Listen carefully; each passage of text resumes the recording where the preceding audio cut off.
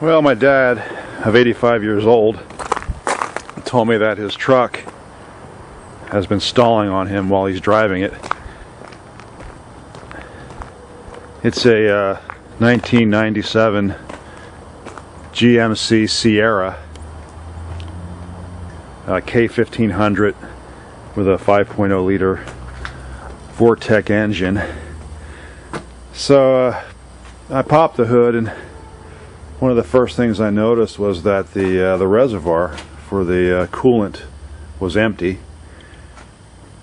and I had taken the cap off the radiator here, looked down there, and I couldn't see any fluid in there either.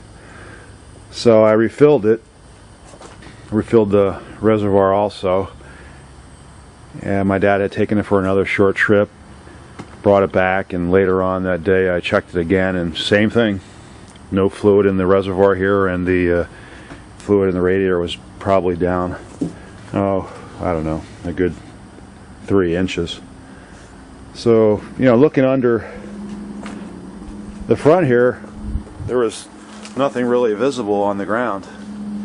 It wasn't until I had gone to the back by the firewall here, that you can see it leaking down by the oil filters, dripping down in that area, and then tracing it up further, you can see that it was actually coming out the back of the intake manifold. So there's a lot of good information on the internet, about the problems that this engine has with the plastic gaskets, and how they crack and leak. So the project at this point is to get started with taking that intake manifold off and replacing those gaskets. There's been a lot of discussion about this vehicle having a drain plug for the coolant. Some mention that they have to remove the lower radiator hose, but if you look down here on the right side, I'll try to look down here and see if you can see it. As you look down here, I'm going to do a close-up here, and you'll see right there. Do you see right below there? There's the drain plug right there, that black piece. I'll loosen it up here and see if we get this drained out.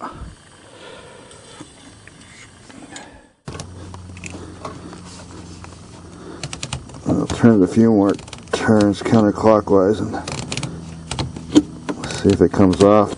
I had to actually put a pliers on there and then pull it out.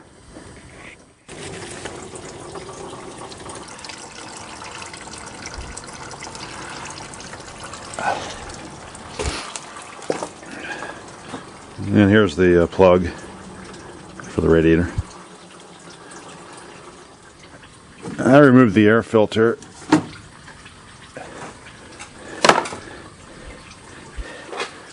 And then this intake, this plenum here comes off, real easy with this screw right there. Pull this out.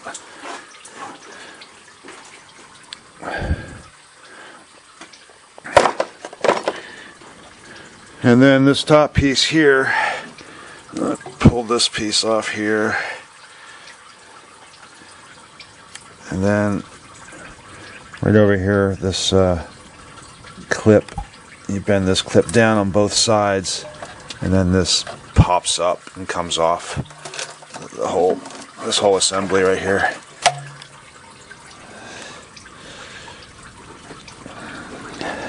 Serpentine belt comes off easy enough. I just use a 1/2 inch ratchet with a 1/2 inch to 3/8 inch adapter, and then just turn this down counterclockwise and take the tension off the belt, remove it. That's easy enough.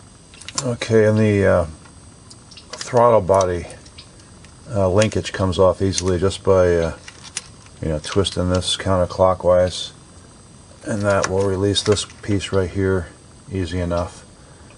And then this piece right here, you can see how it's got like the kind of the half moon there. You just, as soon as you get the pressure off of that, you can slip this backwards. See this piece right here? So that slips off that way and comes off of this piece right here. So that's the linkage right there. Okay, take off the linkage bracket with a 10mm. That bolt right there, and then there's one down here too. Okay, I'm going to put these bolts back in so I know where they came out of.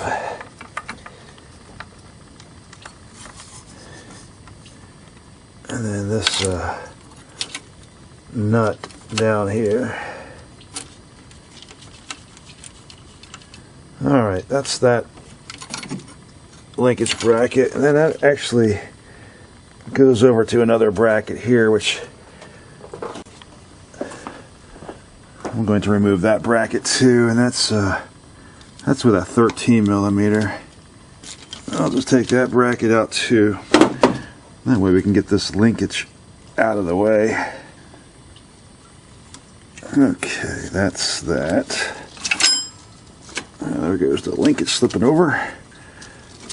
Let's put this bolt back in that hole there too, so we know where that came from. I think next we'll take off the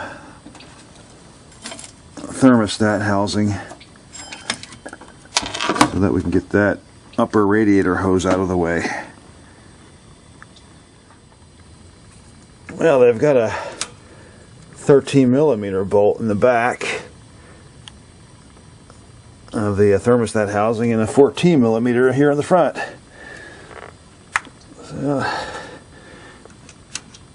I'm going to take that off. Okay. There's a ground attached to this front post here. Okay, let's get this upper radiator hose out of the way. And we'll put that over here for now. Next, I'm going to remove the air conditioner compressor, and I've labeled these wires. This one here I call it AC2. This one back here I call it AC1. I just want to make sure everything, marked on both ends. Make sure that everything goes back together. And then the reason I wanted to get that radiator hose out of the way is because there's one more AC3 cable, I'm going to call it, back here that wraps around here, goes through this connector here, which I've taken apart so I can remove this. And then these 4 bolts come out, and then we're going to move that compressor over to by where the air filter was. Okay, 4 bolts are removed, and back here is that connector that wraps under here, through here, and we're just going to move this off to the side. I do need to mark this with AC3, and at this point the whole compressor, you can see it's ready to go. Well, the compressor is moved off to the side. I have it sitting right over there, and you'll just need to remove this hose out of here so that it has more play. There's a quick release right here for this heater hose. Just squeeze this together. That comes out. We have to replace that O-ring. Take your time in marking all of these connectors. A lot of them are obvious, like this connector here that plugs into the temperature sensor down below the thermostat housing. Yeah, everything's marked here, so that I can move this off to the side. This piece on top here, there's 2 clips in the back and front, and then this actually pulls up for this big honking connector here.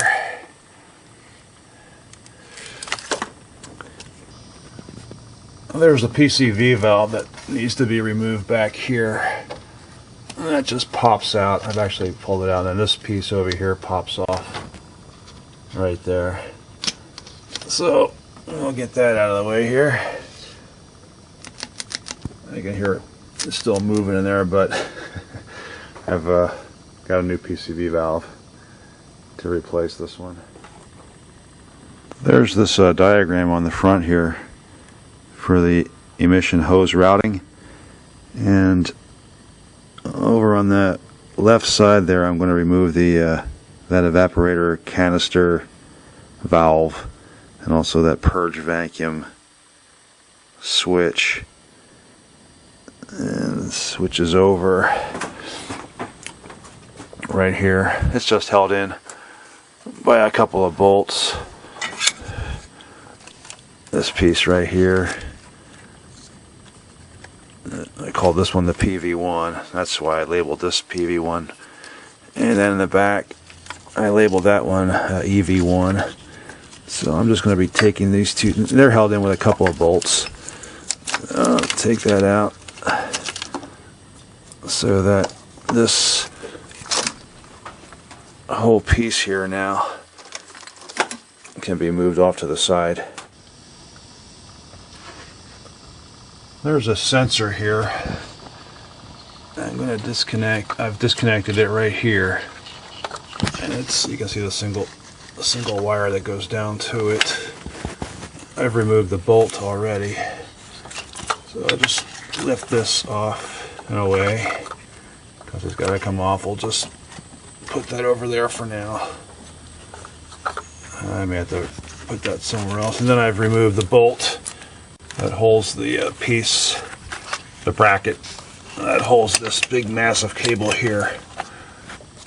This one bolt down in there. Okay. Running along the top of the manifold is this wiring harness that needs to be moved out of the way. And the way to do that is to remove all of the connectors going to it. One of the connectors goes to the alternator, so that will need to be removed. Then the harness goes down below the engine and connects into three places. It connects with two connectors and one ground wire going to a stud bolt. Looking up from the bottom of the engine, there's the crankshaft timing sensor connector that needs to be removed. Then as you follow the harness over to behind the power steering pump, there's another connector. It's blue, and it needs to be removed also. There it is right there. Now back over here by the crankshaft timing sensor is that stud bolt that supports that ground wire. So you'll need to remove that nut to take off that wire. And then at that point you can remove that harness. Actually, a better way to access that ground, here's the, from the front of the truck, I'm on the left side here, and here's the battery. And right down there, I can actually stick my hand right down there and put a 15mm wrench right on there. I don't know if you can see that at all, right there. And very easy to get it there. And then I can actually reach my hand down there and then unscrew it. That's a much easier way to access that ground right there. Okay, I'm under the engine right now, and this is the bolt below the power steering that needs to be loosened. Because if you see, there's a, it's like a U, so that'll actually allow this, the power steering pump to slide forward.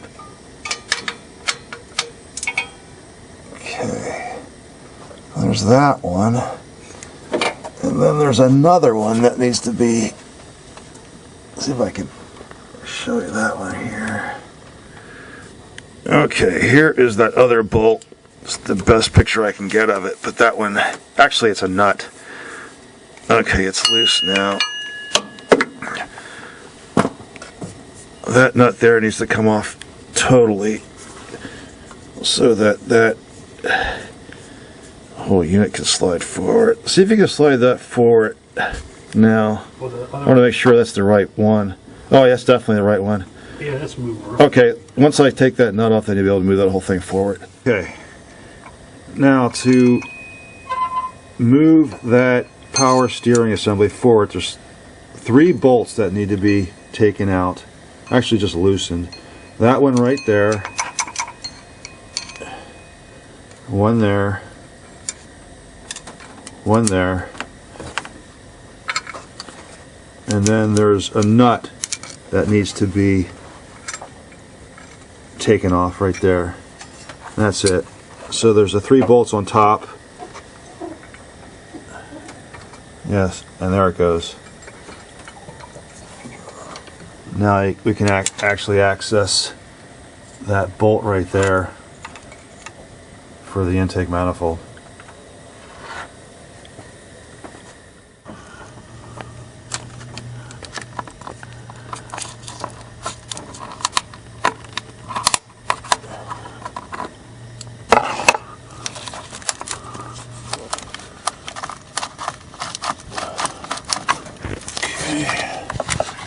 Get that out of the way.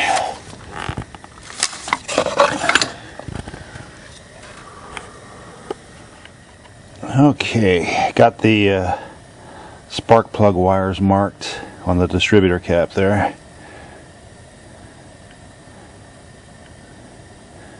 So I can pull those off now. The spark plug wires are off. Next I'm going to bleed the take this cap off here and bleed the pressure off the fuel line. Okay, to loosen those fuel lines, you'll have to loosen this quick disconnect back here. I think I used a 16 millimeter. And then there, that slides down. Then the other side here too. I've got to crack that yet. Okay, before removing the distributor cap, I have a straight edge right along the 1, 7, 3, and 5 spark plug wires.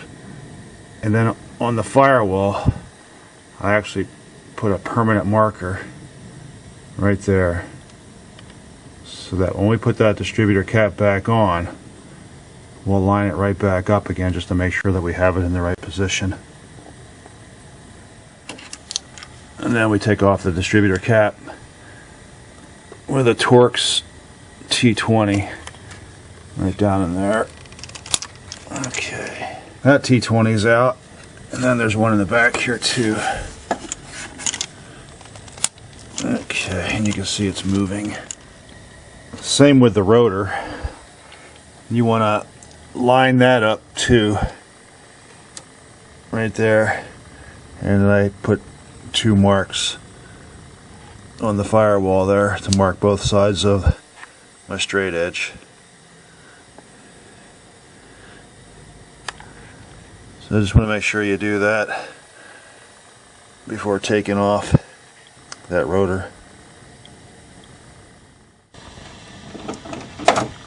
Now we can take the rotor off with a T15 torque. Grab the other one here. This bracket here supports that large wiring harness on the top back of the manifold. It is held in with a bolt on the back here. Here it is, it's a stud bolt. And attached to that stud bolt are 2 ground wires, which will need to be removed also. They're held on with a 14 millimeter nut. This ground wire here, which has the protective casing on it, and then There's also the other ground wire, which is a bare braided ground wire. Both of those are attached to that stud, held on by that nut. Supporting the bracket on top are two bolt studs that go through these two holes, held in with nuts. And then behind the coil here, there's a plastic bracket support that will need to be removed. You'll want to squeeze the tab together with a pair of pliers and then push it out towards the back. That'll release the that support bracket. And here is a close-up of that stud bolt with the nut still attached. And if you look close, you can see the two ground wires that are attached to it.